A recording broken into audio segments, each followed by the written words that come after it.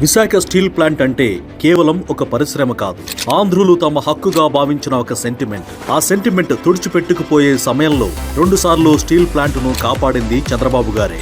వాజ్పేయి గారి హయాంలో కేంద్రానికి విశాఖ స్టీల్ ప్లాంట్ ప్రైవేటీకరణ ఆలోచన వచ్చినప్పుడు కేంద్రంపై ఒత్తిడి తెచ్చి ఆ ప్రతిపాదనను విరమింపజేశారు చంద్రబాబు గారు. అంతేకాదు, ఒకసారి 1350 కోట్లు, మరోసారి 1440 కోట్లు కేంద్రం నుంచి తెచ్చి ప్లాంట్ ను నిలబెట్టారు.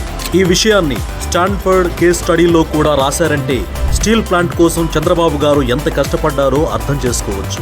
జగన్ హయాంలో మళ్లీ విశాఖ ఉక్కు ప్రైవేటీకరణ అంశం కేంద్ర పరిశీలనలోకి వచ్చింది. అయితే దీని మీద జగన్ కనీసం స్పందించకపోగా పోస్కో కంపెనీతో కలిసి విశాఖ స్టీల్ ప్లాంట్ భూములను చౌకగా కొట్టేద్దామని కుట్రలు పన్నాడు. ప్లాంట్ భూములను అమ్మాల్సిందే అంటూ స్వయంగా తానే చెప్పాడు.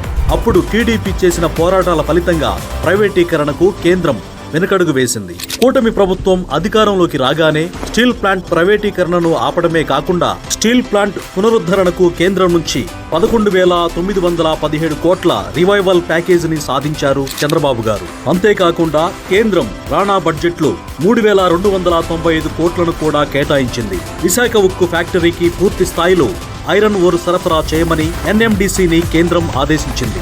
ఇటు రాష్ట్ర ప్రభుత్వం కూడా స్టీల్ ప్లాంట్ కరెంటు బిల్లు 2,400 కోట్లను ఈక్విటీగా మార్చి సహకరించింది. అంతేకాకుండా కేంద్ర ఉక్కు మంత్రిత్వ శాఖ ద్వారా 3వ బ్లాస్ట్ ఫర్నేస్ ను ప్రారంభించి ప్లాంట్ కు పూర్తి స్థాయి ఉత్పత్తి సామర్థ్యాన్ని ఇచ్చింది. చంద్రబాబు గారు స్టీల్ ప్లాంట్ కోసం చేయవలసింది అంతా చేశారు. ఇక మిగిలింది మేనేజ్మెంట్, కార్మికులు పట్టుదలగా ఉండి సాధించాలి. విశాఖ సదస్సులో చంద్రబాబు గారు చెప్పింది ఇదే. అయితే ఈ వ్యాఖ్యలను జగన్ తన మీడియా ద్వారా వక్రీకరించి విష ప్రచారాలు చేయిస్తున్నాడు. ఎవరెన్ని చెప్పినా విశాఖ స్టీల్ ప్లాంట్ కోసం చంద్రబాబు గారు చేసింది ఎవరూ మర్చిపోలేరు. ఇది నిజం.